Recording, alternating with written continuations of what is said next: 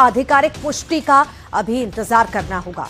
सामने आई तस्वीरों में तेज बहाव के बीच घर, दुकानें, गाड़ियां बहती आपको नजर आ रही होंगी। बताया जा रहा है कि रसुआ के टिमुरे इलाके में सुबह करीब 9 बजे अचानक से हालात बिगड़े और देखते ही देखते पानी ने पूरे इलाके को अपनी चपेट में ले लिया। टिमुरे मार्केट में भी कई दुकानों और गाड़ियों के बहने की खबर है। हालात ऐसे हैं कि लोगों के लिए घरों से बाहर निकलना मुश्किल है और घर के अंदर रहना भी सुरक्षित नहीं है। बाढ़ की वजह से हाइड्रो पावर परियोजनाओं को भी नुकसान पहुंचने की भी खबर है।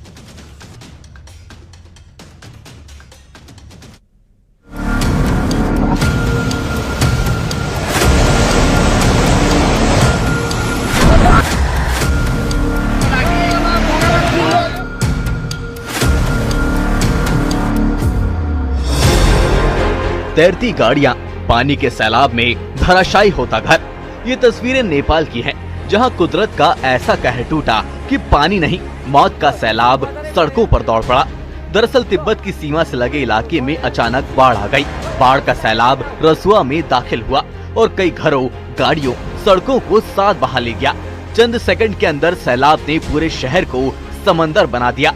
रसुआ के पहाड़ी जिले में स्याप्रू बेसी और तिमिरे इलाका मलबे में तब्दील हो गया। अब इन तस्वीरों को देखिए जो जल प्रलय की गवाह हैं। तिब्बत की ओर से भोटेकोशी नदी में आई अचानक बाढ़ ने नेपाल के रसुआ जिले में भारी तबाही मचाई। टिमुरे बाजार, कस्टम क्षेत्र, 3 पुलिस चौकियां, कई गाड़ियां और हाइड्रो पावर प्रोजेक्ट बाढ़ में बह गए। पहली तस्वीर में देख सकते हैं कि सैलाब में पुल बह गया, तो वहीं दूसरी तस्वीर में हाइड्रो पावर प्लांट तबाह हो गया। बताया जा रहा है कि मलबे में करीब 4000 लोग दबे हैं। इन तस्वीरों में आप देख सकते हैं चारों तरफ तबाही का मंजर है। तिब्बत की ओर से आई अचानक बाढ़ ने नेपाल के रसुआ जिले में भारी तबाही मचाई। लेंदे खोला के भोटेकोशी नदी में आई अचानक बाढ़ से टिमुरे बाजार और रसुआ सीमा नाके के कस्टम क्षेत्र को व्यापक नुकसान पहुंचा।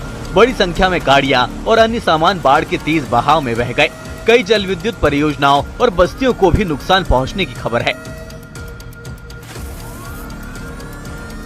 बताया जा रहा है कि टिमुरे सहित आसपास के 2 बाजार बाढ़ में बुरी तरह प्रभावित हुए हैं। रसुआ भंसार क्षेत्र में बड़ी संख्या में गाड़ियां और अन्य सामान मौजूद थे, जिन्हें बाढ़ अपने साथ बहा ले गई। पिछले साल की बाढ़ में क्षतिग्रस्त हुए स्थान पर ही हाल ही में बनाया गया नया पुल भी इस बाढ़ के तेज बहाव में बह गया। चलिए अब आपको ग्राफिक्स से समझाते हैं कब और कैसे आई बाढ़। बुधवार सुबह करीब 9 बजे अचानक आई बाढ़। तिब्बत की सीमा से लगे इलाके में अचानक बाढ़। तिब्बत से बेहिसाब सैलाब निकला। बाढ़ का सैलाब नेपाल के रसुआ में दाखिल हुआ। टिमुरे बाजार की बस्ती को अपनी चपेट में लिया। निचले तटीय इलाकों में जल विद्युत परियोजना बह गए। बाढ़ की भयावहता का अंदाजा इसी से लगाया जा सकता है कि बाजार और सीमा क्षेत्र में खड़े कई गाड़ियां पानी के तेज बहाव में बह गए। स्थानीय स्तर पर बड़े पैमाने पर नुकसान की जानकारी सामने आई है। बाढ़ का असर रसुआ से आगे नुवाकोट तक भी पहुंच गया है। रसुआ में बाढ़ और संभावित खतरे को देखते हुए काठमांडू से रसुआ, नुवाकोट, चितवन और दादर जाने वाले गाड़ियों की आवाजाही रोक दी है। Bureau report, news 18।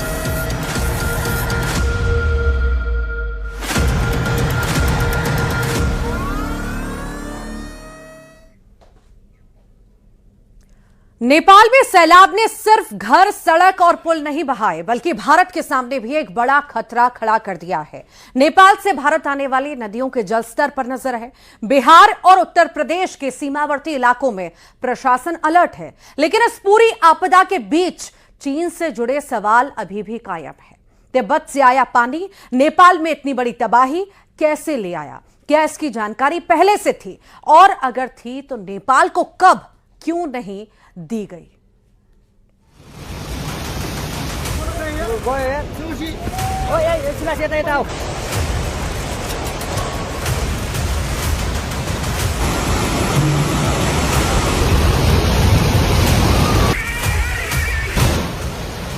नेपाल में आई बाढ़ के कई वीडियो सामने आए हैं, जिसमें गाड़ियां बह रही हैं, पुल टूट गए हैं, लोगों के चीखने और चिल्लाने की आवाज सुनी जा सकती है। कई घर मलबे में तब्दील हो गए हैं। नेपाल में एक और पुल बहने का वीडियो सामने आया है। तिब्बत से आए सैलाब में मालेकू में बना पुल तिनके की तरह बह गया। ये पुल धादिंग बेसी का लाइफलाइन कहा जाता था। बाढ़ के पानी ने टिमुरे और स्याफ्रू बेसी इलाके में भारी नुकसान किया। कई गाड़ियां, सामान और दूसरी संपत्तियां पानी में बह गईं। एक पुल भी टूट गया। तिब्बत से आई बाढ़ का पानी नेपाल के रसुआ जिले में घुसा तो आसपास के पेड़ों को चपेट में ले लिया। बाढ़ के बाद नेपाल के कई जिलों में अलर्ट जारी किया गया है। इस भयानक प्राकृतिक आपदा के बाद चीन की मंशा को लेकर सवाल उठ रहे हैं। सवाल है कि क्या चीन ने नेपाल को बाढ़ की जानकारी दी या फिर चीन ने तिब्बत से आने वाले बाढ़ की जानकारी नहीं दी? आखिर चीन ने नेपाल से क्यों छिपाई बाढ़ की जानकारी? क्या भारत के कुछ हिस्से खतरे में हैं? जिस तरह से नेपाल में बाढ़ आई है, इससे एक सवाल ये भी उठता है कि क्या इसके लिए चीन जिम्मेदार है? चीन की लापरवाही का असर खुद उस तक जाने वाले रास्तों पर भी पड़ा है। बाढ़ के खौफनाक वेग ने नुवाकोट को चीन के बॉर्डर से जोड़ने वाली 42 किलोमीटर लंबी अहम सड़क को पूरी तरह से खत्म कर दिया है। इसके बह जाने से रेस्क्यू ऑपरेशन में भारी दिक्कतें आ रही हैं। मौसम वैज्ञानिकों की माने तो रसुआ में पिछले 24 घंटे में 7 मिलीमीटर से ज्यादा बारिश नहीं हुई। इसलिए बाढ़ की वजह स्थानीय बारिश नहीं मानी जा रही है। सवाल ये भी उठता है कि नेपाल में तबाही से भारत में क्या असर पड़ेगा? तिब्बत में ग्लेशियर फटने से तबाही आई। नेपाल के रसुआ की तरफ बढ़ा बाढ़ का पानी। नुवाकोट, धादेड़, गोरखा, चितवन तक असर। भारत के सबसे करीब नेपाल की चितवन की सीमा। बिहार के पश्चिम चंपारण से सीधे लगती है चितवन की सीमा। पश्चिमी चंपारण के वाल्मीकि नगर तक हो सकता है असर। निचले इलाकों में बाढ़ का खतरा बढ़ सकता है। भोटे कोशी नदी का पानी अचानक बढ़ने से टिमूरे और स्याब्रू बेसी इलाके के कई घरों, बाजारों और दूसरी संपत्तियों को नुकसान पहुंचा है। तेज बहाव में वाहन और सामान बह गए, जबकि एक पुल भी टूट गया। रसुआ में एक हाइड्रो पावर प्रोजेक्ट भी बह गया। अब तक कई लोगों की मौत हो चुकी है। टिमोरे बॉर्डर पोस्ट पर तैनात कई पुलिसकर्मी लापता हैं। रेस्क्यू में